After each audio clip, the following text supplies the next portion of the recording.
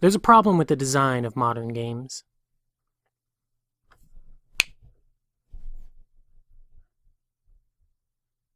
No, not quite there. There, isn't that gritty and realistic?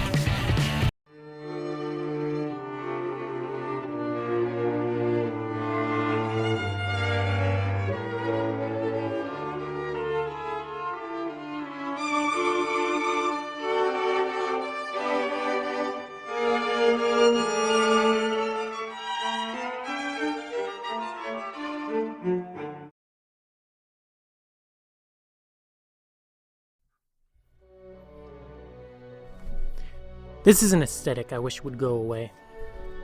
I hate it.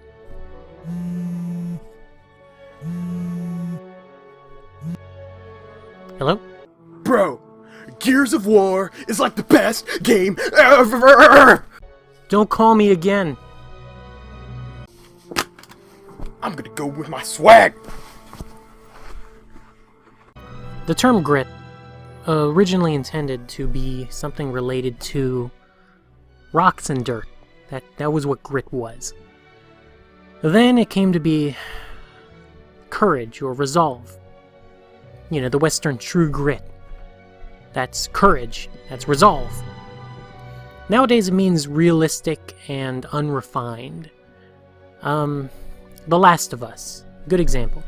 I mean, it may be about zombies with, you know, Mushroom Kingdom creatures in it, but what it is realistic. It's unrefined. It's unforgiving.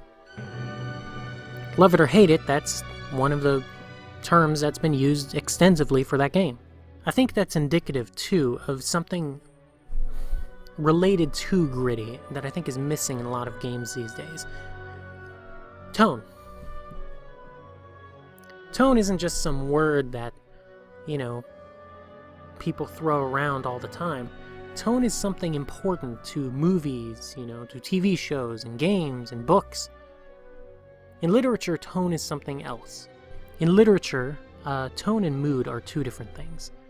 Tone is the author's feelings towards a subject, or narrator's feelings towards a subject. Mood is the atmosphere in the story. These terms are actually used interchangeably when you look at film. Tone and mood, you know, being interchangeable, because really you can't tell what the author's intentions are with the movie. You only know your reaction to it. What you glean from a movie is tone or mood. I tried to find definitions that were more akin to literature in several of the books I own on film analysis. Nothing popped out. For a movie, for TV, and specifically for video games, tone is something that allows a player, specifically, to put their expectations in a box. Now, what I mean is that your player is expecting something when they first come to a game. Those expectations are built upon and oftentimes challenged.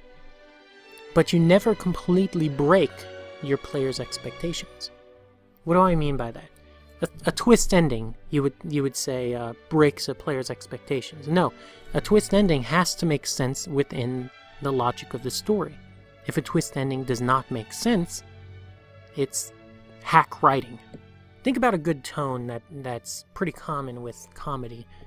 You have your shenanigan-type comedies where wacky incidences happen and people are goofing on other people.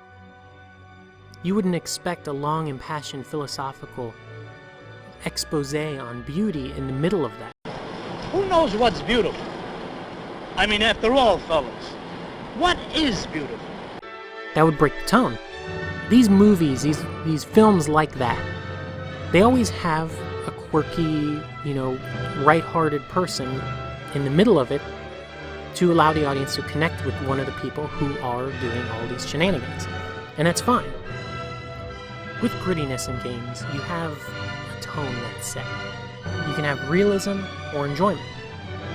Now, with realism, you have games that are more realistic, they're logical, they're hard, difficult. That's fine. And it fits the tone. But Sometimes you have games that are made for enjoyment purposes. They use the same type of aesthetic. They'll be in a wasteland, in a desert or something. But the whole point of the game is to enjoy yourself. Oh, it's possible to be over the top and gritty. In fact, many games these days, like Borderlands, do that all the time. It's just good-natured fun in a post-apocalyptic wasteland. There's nothing wrong with that. So who else did it well? Well, Fallout 3, they did it well. Post-apocalyptic, wasteland, check. You had fun, check. Interesting story, possibility to die, check, check. Yeah, it was interesting. One of the things about Fallout 3 that's pretty interesting is the music. You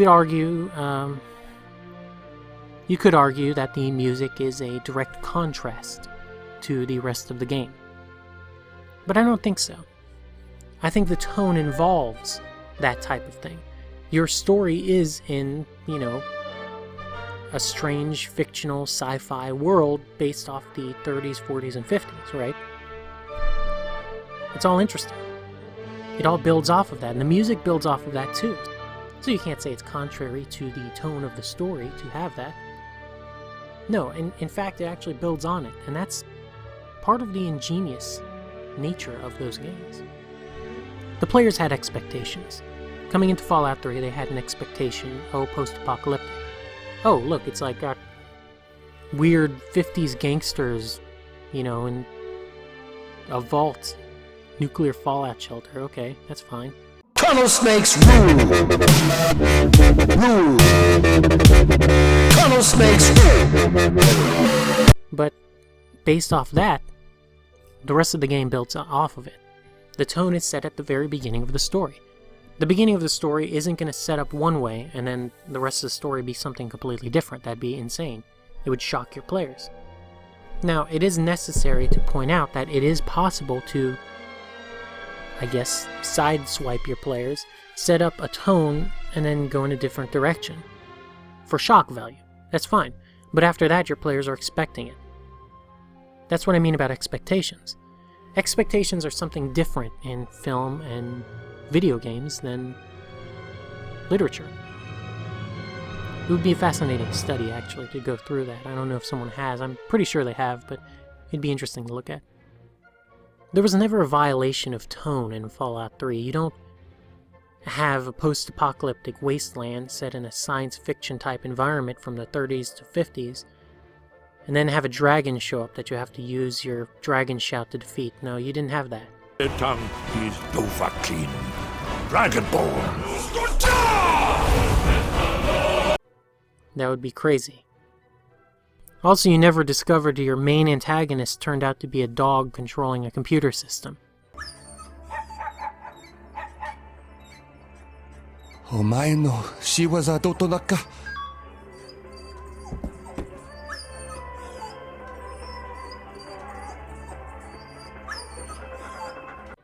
That would also be insane, and any video game developer who's done that to the players deserves to be taken out back and shot.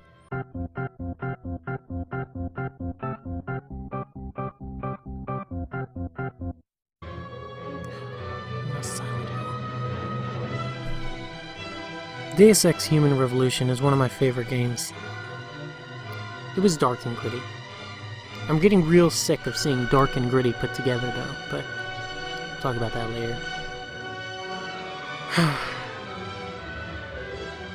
When you look at Deus Ex Human Revolution, there's a certain logic in the game, prosthetics, technology based, not magic. Your player expects certain things, and the game plays off those expectations. Again, there's no magic involved in a sci-fi environment that would violate your player's expectations, and that would be weird. So what you have instead is a game where it's completely based in robotics. You have these great powers, but they're all based in science fiction, not in fantasy. That's part of the tone. It's interesting. It wouldn't have fit that same tone to have a CGI rabbit discuss politics to an intergalactic senate. Misa propose that the Senate. No, that would just be weird, George Lucas. Gritty aesthetics are not a tone, though. They're part of it. they build off of the tone. So whatever the tone is, whatever tone you set at the beginning of a story, gritty aesthetics lend to that tone and continue it throughout the story. Part of the tone set at the very beginning is one of despair, one of sadness. You use a gritty aesthetic to build off of that. You make people lonely by having no one around in this post-apocalyptic wasteland. You have that gritty aesthetic that there's no real resources to find, that kind of thing. It makes it more realistic, so you feel a connection to the character you're playing as a player. There's ways to use grittiness, ways to use it effectively, but then there's also ways to fail it. Some games do well at defying expectations, but that's not the rule, it's the exception. And then even then, when a player gets into the game and starts to see that, oh, my ideas of the game are being broken by the game itself, that's the point of the game, and the player then expects those violations of built-in rules in their mind. And that's fine, but now their expectations are a certain way. That's what I mean about tone being part of a box of expectations. If the tone of a game is wacky and whimsical and does violate those rules like Cat Mario does, you have a tone set. Players have expectations. I guarantee you after that first level in Cat Mario, the player's going to start expecting the unexpected. These indie game developers are driving me crazy. Guys, you're getting lazy. You complain about the AAA developers because they use the grittiness and realism, right? Every game is an FPS now. Every game is Call of Duty or Battlefield, right? That's so terrible. So we're all gonna make 8-bit platformers. We're gonna use pixel art because no one's done that. No, I'm sorry. I'm sick of it. I am sick of pixel art. I'm sick of 8-bit games. Do not make another 8-bit... Oh, really? Really? Why would you do that? Why would you make an 8-bit platformer? If you can make anything on the market, why would you remake something that's been made 1,000 times already? But I digress. This is supposed to be about gritty games, so let's get back on the subject of gritty games. The thing is, grittiness is an aesthetic choice.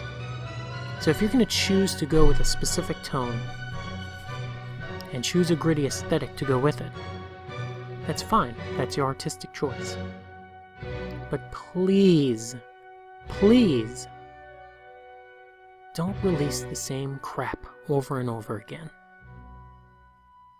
This was Frank Gamer. I appreciate you watching this. Stay tuned for more.